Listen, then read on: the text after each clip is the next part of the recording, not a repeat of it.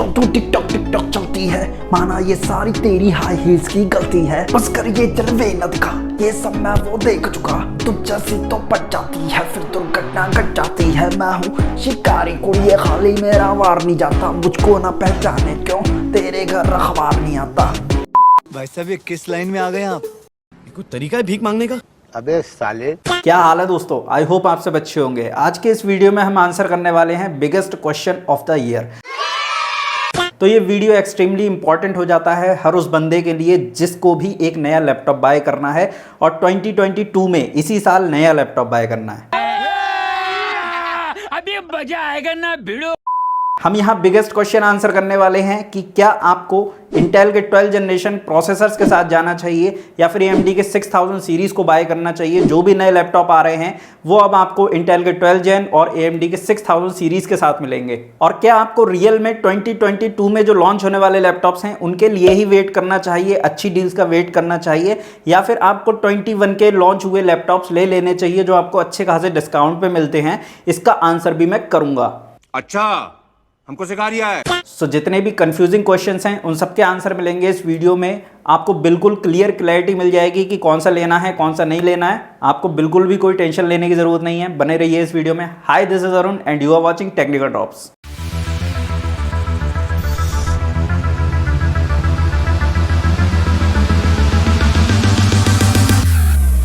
अगर आप नए हैं चैनल पे, मेरी आपसे रिक्वेस्ट है चैनल सब्सक्राइब करिए, बेल आइकन को प्रेस करिए, तभी आने वाले वीडियोस को नोटिफिकेशन आपको एकदम टाइम पर मिल पाएंगे। मेरे चैनल पर आपको स्पेशली लैपटॉप वाला ही कंटेंट मिलता है। तो अगर आपको लैपटॉप से रिलेटेड किसी भी तरह की कोई भी क्वेरी है आपके दिमाग में, वो आप पूछ सकते हो। और कोई डाउट आ रहा है नया लैपटॉप बाय करने में, वो भी आप पूछ सकते हो। सबसे पहले हम लोग ये समझते हैं कि इस साल क्या मेजर डेवलपमेंट किए गए हैं, क्या नया बढ़ा दिया गया है, क्या अच्छा इंप्रूव कर दिया गया है। सबसे पहले हम बात करेंगे इंटेल की। हमारे मतलब आपको मत सिखा चल। अभी तक आपको ये पता होगा कि इंटेल के प्रोसेसर का जो आर्किटेक्चर था वो काफ़ी हद तक सेम था AMD के प्रोसेसर की ही तरह। और इस साल इंटेल ने काफ़ी एडवांसमेंट किए हैं अपने प्रोसेसर के अंदर। एक नया कॉन्सेप्ट इंट्रोड्यूस किया है P कोर्स और E कोर्स का। तो इस साल इंटेल ने अपने प्रोसेसर के अंदर कोर काउंट को भी बढ़ाया है। और इसी के साथ जो नया कॉन्सेप्ट इंट्रोड्यूस किया है ना, उसके अकॉर्डिंग यहाँ पर P सीरीज जो है वो परफॉर्मेंस वाले कोर्स हैं, मतलब हैवी कोर्स हैं। और उसी के साथ साथ जो E कोर्स हैं वो एफिशिएंट कोर्स हैं। एफिशिएंट कोर्स की संख्या ज़्यादा रखी है ताकि ये जो कोर्स हैं वो थोड़े से हल्के कोर्स हैं और थोड़े से पावर एफिशिएंट भी हैं। तो ये जो इंटेल ने नया कॉन्सेप्ट इंट्रोड्यूस किया है, इसके हिसाब से इंटेल ने एक ही कंपार्टमेंट यानी कि एक ही प्रोसेसर के अंदर दो तरह के कोर्स डाले हैं, P कोर्स और E कोर्स। P होते हैं परफॉर्मेंस कोर्स और E होते हैं एफिशिएंट कोर्स। परफॉर्मेंस कोर्स क्या है? बहुत हैवी कोर्स हैं और बहुत हैवी कामों के लिए बनाए गए हैं। जैसे कि आपको गेमिंग करनी है या फिर कोई भी हैवी से हैवी सॉफ्टवेयर चलाना है तो वो P कोर्स में चलेगा। और E कोर्स जो है वो संख्या में थोड़ी सी ज़्यादा है और E कोर्स जो है बेसिकली पावर एफिशिएंट है।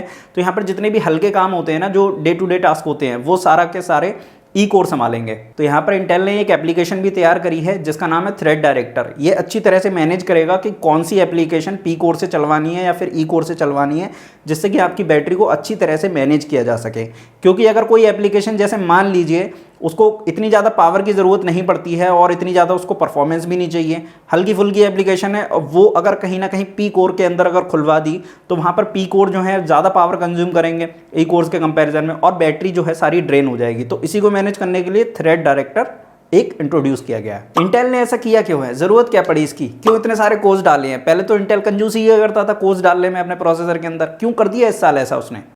अरे बाप रे, ये तो धोती खोल रहा है। तो मेरे अकॉर्डिंग इंटेल ने ऐसा इसलिए किया है क्योंकि वो अपने प्रोसेसर की परफॉर्मेंस भी टॉप नॉच देना चाहते हैं और at the same time battery भी अच्छी खासी प्रोवाइड करना चाहते हैं, मतलब बैटरी लाइफ। जिन मामलों में कहीं ना कहीं इंटेल के प्रोसेसर पीछे रह जा रहे थे अभी तक। इंटेल के प्रोसेसर इससे पहले भी बहुत ज़्यादा पावरफुल थे। ऐसा नहीं था कि उनकी पावर में, परफॉर्मेंस में कोई कमी थी, बट परफॉर्मेंस के साथ साथ वो काफ़ी ज़्यादा पावर कंज्यूम करते थे और पावर कंज्यूम करने के साथ साथ बहुत सारी हीट प्रोड्यूस करते थे, जो एक ड्रॉबैक बन रहा था कहीं ना कहीं प्रोसेसर्स का। और इसी वजह से किसी भी लैपटॉप का जो कूलिंग सिस्टम होता है ना, वो एक्टिव रहता था। इंटेल वाले लैपटॉप का एक्टिव इसलिए रहता था क्योंकि उसे प्रोसेसर को कूल करना रहता था, और जब प्रोसेसर को कूल करेगा तो वो एक्टिव रहेगा, फैन चलेंगे, तो यहाँ पर जो है बैटरी भी ज्यादा कंज्यूम होगी, फिर बैटरी बैकअप अपने आप कम हो जाएगा लैपटॉप का। देखिए इंटेल के जो प्रोसेसर हैं वो अभी भी 10 नैनोमीटर पर काम कर रहे हैं, वो इससे नीचे आ नहीं पा रहे हैं। तो यहाँ पर इंटेल ने इसीलिए इंटेल 7 नाम का एक कॉन्सेप्ट दिया है, या फिर कह लो नाम दिया है इंटेल 7 नाम का, जिससे कि लोगों को थोड़ा सा कन्फ्यूजन हो या लोग ये समझे कि भाई कहीं ना कहीं 7 नैनोमीटर पर इंटेल आ गया है,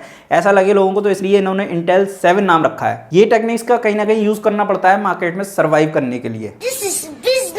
इस साल से पहले हमें इंटेल के प्रोसेसर में 6 कोर या फिर 8 कोर ज़्यादा में ज़्यादा दिखाई देते थे मोबाइल प्रोसेसर में, बट इस साल आपको इंटेल के प्रोसेसर के अंदर 6 कोर से लेकर के आपको करीब 14 कोर्स तक दिखाई देते हैं। ये एक नई बात है और मैं आपको स्क्रीन पर H सीरीज के प्रोसेसर दिखा रहा हूं जो इस साल आने वाले हैं, जो मोबाइल लैपटॉप्स के अंदर आपको दिखाई देंगे। मोबाइल नहीं, लैपटॉप्स। इंटेल लैपटॉप के लिए 3 टाइप के प्रोसेसर देता है। वो 3 टाइप के प्रोसेसर ये हैं कि वो U सीरीज के प्रोसेसर देता है, P सीरीज के प्रोसेसर देता है और H सीरीज के प्रोसेसर देता है। H सीरीज के जो प्रोसेसर होते हैं वो सबसे ज़्यादा हैवी परफॉर्मेंस वाले प्रोसेसर होते हैं, पावर भी ज़्यादा कंज्यूम करते हैं और ये गेमिंग लैपटॉप में लगाए जाते हैं जो बल्कि होते हैं, थोड़े मोटे होते हैं। और यहाँ पर P सीरीज़ के जो प्रोसेसर हैं वो थोड़े से पतले गेमिंग लैपटॉप्स में लगाए जाते हैं और बहुत ज़्यादा मोटे नहीं होते हैं, बहुत ज़्यादा पतले नहीं होते हैं। और U सीरीज़ के जो प्रोसेसर हैं ये आपको परफॉर्मेंस थोड़ी सी कम देते हैं, but thin and light laptop के हिसाब से अच्छी परफॉर्मेंस देते हैं। और ये जो प्रोसेसर है बहुत ज़्यादा हीट भी नहीं पड़ते हैं, ज़्यादा पावर भी कंज्यूम नहीं करते हैं।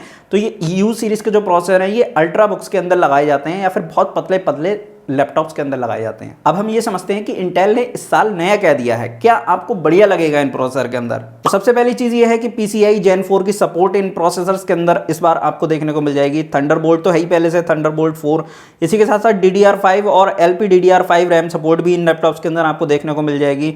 तो अच्छी फ्रिक्वेंसी वाली रैम मिल सकती है। Wi-Fi 6 आपको मिल जाएगा, Wi-Fi 6 और 6E दोनों का ही ऑप्शन मिल रहा है, तो ये एक अच्छी बात है। तो ये तो सारी बातें हो गई इंटेल के बारे में। अब हम बात करेंगे AMD की, फिर आपको बताएंगे कि कौन से प्रोसेसर बेस्ट हैं, आपको कौन से लेने चाहिए। देखिए AMD के 6000 सीरीज के जो प्रोसेसर हैं वो पहले ही की तरह है, उनका आर्किटेक्चर पहले ही की तरह है, ज़्यादा कुछ चेंज यहाँ पे नहीं किया गया है। और यहाँ पर ये जो प्रोसेसर हैं ये बेस होने वाले हैं 6 नैनोमीटर पर, तो 6 नैनोमीटर पर आ गया है जो हमारा AMD है और इसी के साथ साथ Zen 3 प्लस आर्किटेक्चर पे ये बेस्ड होंगे। तो ये पहले की तरह 6 कोर या 8 कोर आपको प्रोवाइड करते हैं और परफॉर्मेंस भी काफ़ी अच्छी निकालते हैं। अब हम ये जानते हैं कि AMD के प्रोसेसर में क्या नया डेवलप हुआ है, क्या नई चीज़ आपको देखने को मिलती है। तो एक चीज़ मैं आपको बताता हूँ, इनका जो iGPU हुआ करता था ना उसको अब इन्होंने और ज़्यादा पावरफुल बनाया है और उसे RDNA 2 आर्किटेक्चर पर बेस किया है।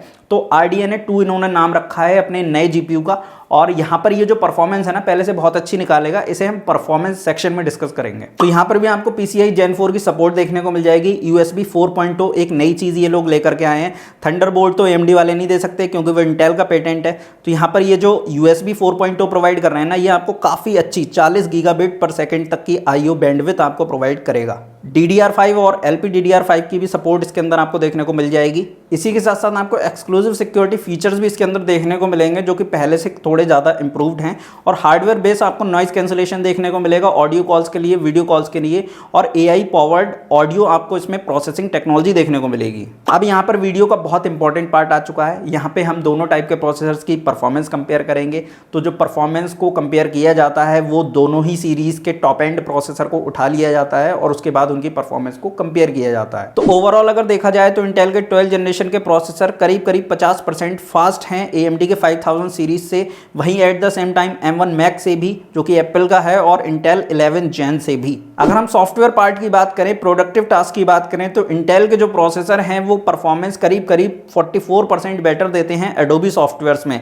5000 सीरीज के कंपैरिजन में, राइजन के प्रोसेसर के कंपैरिजन में, और करीब 14% बेटर परफॉर्मेंस देते हैं आर्किटेक्चर सॉफ्टवेयर्स में। तो ये तो आपको दिख ही गया होगा कि इंटेल की परफॉर्मेंस बहुत बेटर हो गई है पहले से। बट समझना ये भी जरूरी है कि क्या AMD ने अपने प्रोसेसर को डेवलप किया है, क्या वो 5000 सीरीज के कंपैरिजन में 6000 सीरीज के जो प्रोसेसर है वो अच्छी परफॉर्मेंस निकाल रहे हैं, नहीं निकाल रहे हैं, और इंप्रूवमेंट हुआ है कितना हुआ है। तो 6000 सीरीज के जो AMD के प्रोसेसर हैं, U सीरीज के जो प्रोसेसर हैं स्पेशली, ये करीब सिंगल कोर परफॉर्मेंस में 10% बेटर है और मल्टी कोर परफॉर्मेंस में 30% बेटर है AMD 5000 सीरीज से। इनका जो RDNA 2 बेस्ड iGPU होने वाला है ये पहले से करीब दोगुनी परफॉर्मेंस आपको देगा। तो आपको गेम्स के अंदर प्लेबल FPS देखने को मिल जाएंगे। अगर आपको डेडिकेटेड ग्राफिक कार्ड आपके लैपटॉप में नहीं भी लगाए तब भी आप गेम्स को 1080p रिजोल्यूशन पे आराम से एंजॉय कर पाओगे। तो यहाँ आपने पूरा का पूरा सिनेरियो देख लिया, क्या अच्छा है क्या बेकार है। अब हम ये बात करते हैं कि कौन से आपको लेने चाहिए, कौन से आपके लिए बेस्ट रहेंगे। ये तो आपने ऑलरेडी देख लिया कि इंटेल के प्रोसेसर बेटर परफॉर्म कर रहे हैं और गेम्स में आपको इंटेल के प्रोसेसर करीब 28% बेटर परफॉर्मेंस दे सकते हैं। ओवरऑल की मैं यहाँ पे बात कर रहा हूँ, अगर एक बहुत अच्छा ग्राफिक कार्ड लगा दिया जाए, एक बहुत अच्छा प्रोसेसर चुन लिया जाए, तो यहाँ पर करीब करीब 28% का डिफरेंस निकल के आएगा। ड्रॉबैक सबसे बड़ा यहाँ पर यही है कि इंटेल वाले जो लैपटॉप होते हैं वो थोड़े महंगे मिलते हैं और यहाँ पर वो बैटरी एफिशिएंट इतने ज़्यादा नहीं है, और मुझे कहीं ना कहीं डर है कि इस साल और कम बैटरी एफिशिएंट होंगे ये। देखिए, अगर आप एक गेमर हैं, क्रिएटर हैं, तो आपका ज़्यादा से ज़्यादा टाइम बीतेगा आपके ऑफिस में, आपके घर में, या फिर आपके स्टूडियो में, जो भी आपने बना रखा होगा। तो ऐसे में आपको बैटरी बैकअप की इतनी चिंता नहीं करनी है और आपको एट द सेम टाइम चाहिए होगी बेस्ट परफॉर्मेंस। तो ऐसी परफॉर्मेंस आपको सिर्फ और सिर्फ इंटेल के प्रोसेसर दे सकते हैं। अगर आपको पोर्टेबिलिटी ज़्यादा नहीं करनी है, आपको ज़्यादा प्रेफर नहीं करना है, ट्रैवलिंग वगैरह ये सारी चीज़ें, तो आपको इंटेल के प्रोसेसर के लिए ही जाना चाहिए, क्योंकि लैपटॉप एक जगह रखा रहेगा, पावर से प्लग रहेगा और मस्त परफॉर्मेंस आपके लिए निकालेगा। और थोड़ा बहुत कभी बाहर जाना होगा तो वो सारे काम भी निकालेगा।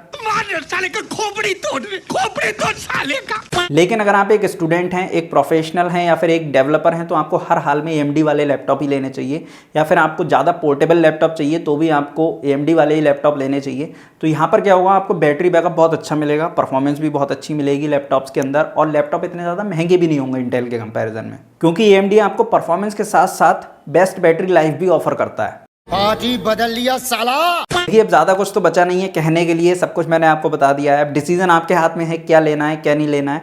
अगर आप बेस्ट लैपटॉप बाय करना चाहते हैं बजट के अकॉर्डिंग, आपका जो भी बजट है उसके अकॉर्डिंग, तो प्लीज़ एक बार डिस्क्रिप्शन चेक कर लीजिएगा। डिस्क्रिप्शन में मैंने आपको बहुत अच्छे लैपटॉप्स के लिंक दे रखे हैं, वो आप चेक कर लीजिएगा। आपके लिए ज़रूर आपके बजट में बेस्ट लैपटॉप मिल जाएगा। शाबाश बेटा, बहुत बढ़िया। और अगर आपको कोई डाउट आता है तो नीचे आप कमेंट भी कर सकते हैं। मैं मिलूंगा आपसे अपने नेक्स्ट वीडियो में बढ़िया टॉपिक के साथ। आई होप आपको ये वीडियो पसंद आया होगा। अच्छा लगा ये वीडियो लाइक करिए, चैनल सब्सक्राइब करिए और इस वीडियो को ज़्यादा से ज़्यादा शेयर करिए अपने दोस्तों के साथ, ताकि उन्हें भी ये नॉलेज मिल सके।